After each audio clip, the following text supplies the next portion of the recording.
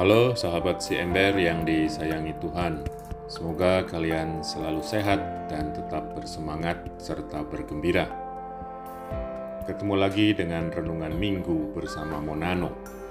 Kali ini saya akan membacakan homili hari Minggu biasa ke-32 tahun A, tahun 2020 yang disiapkan oleh Monsinyur FX Hadi Sumarto, Uskup Emeritus Keuskupan Manokwari Sorong dan Keuskupan Malang.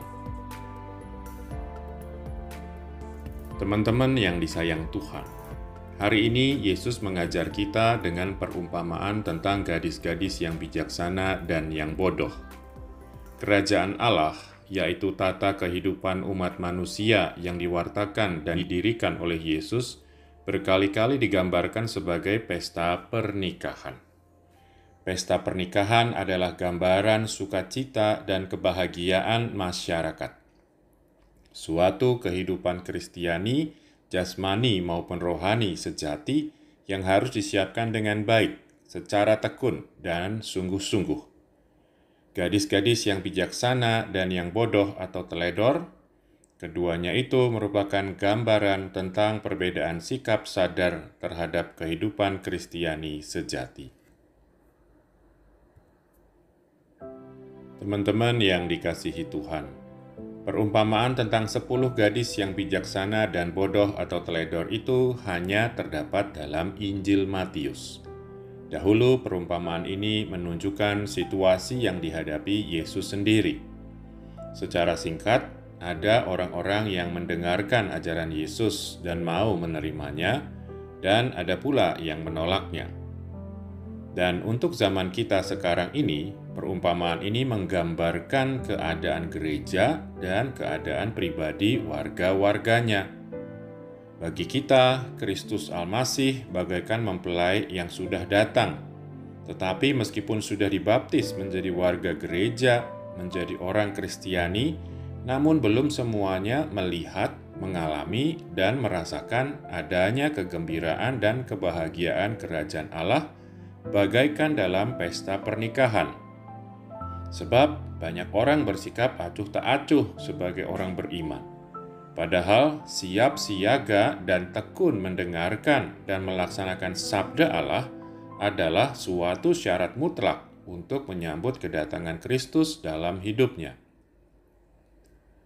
Teman-teman seiman dalam Kristus, apa sebenarnya kesiapsiagaan yang harus dimiliki dan dilakukan agar sungguh merasa gembira dan bahagia dalam kerajaan Allah atau dalam gereja sebagai persekutuan orang-orang pengikut Yesus?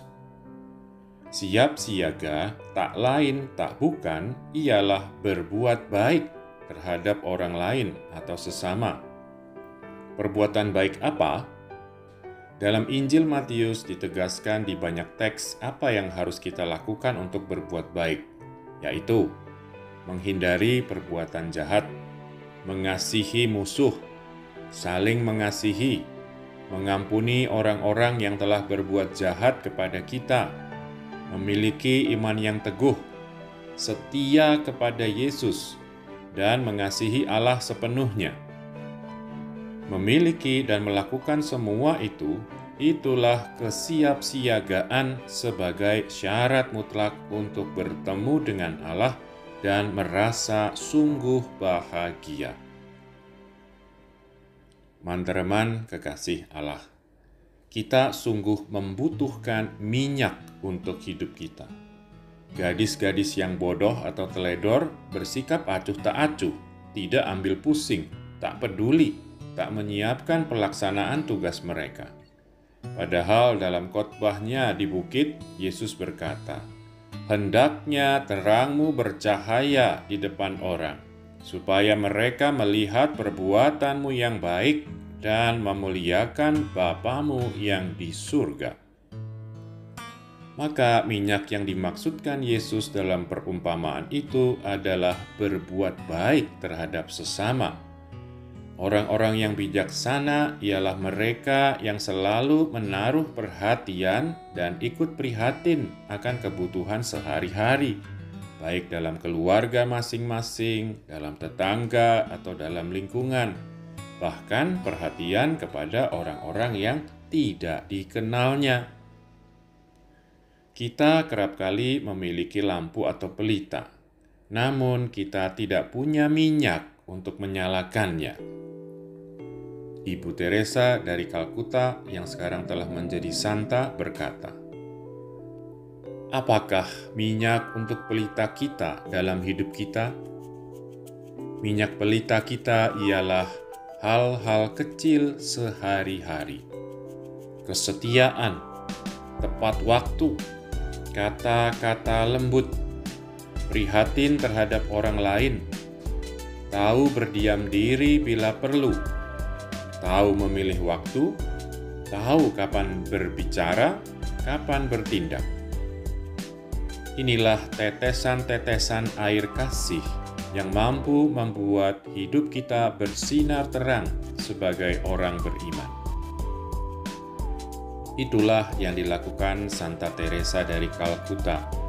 Sumber minyak itu baginya adalah Allah, seperti tampak dalam diri Yesus yang selalu siap siaga terhadap kehendak Allah. Teman sahabat Yesus, apakah sumber minyak kita?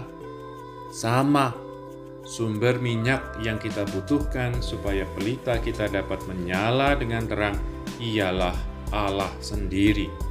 Karena itu, hubungan kita dengan Allah harus selalu ada dan dipelihara. Kita harus senantiasa siap dan siaga mendengarkan dan melaksanakan sabdanya.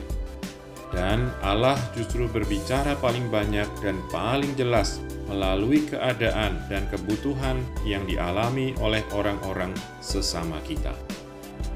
Perbuatan-perbuatan baik kita kepada sesama, itulah pelita terang yang menunjukkan kepada kita kedatangan Kristus sebagai mempelai gereja dalam hati kita, yang dapat kita rasakan bagaikan kegembiraan dalam pesta pernikahan.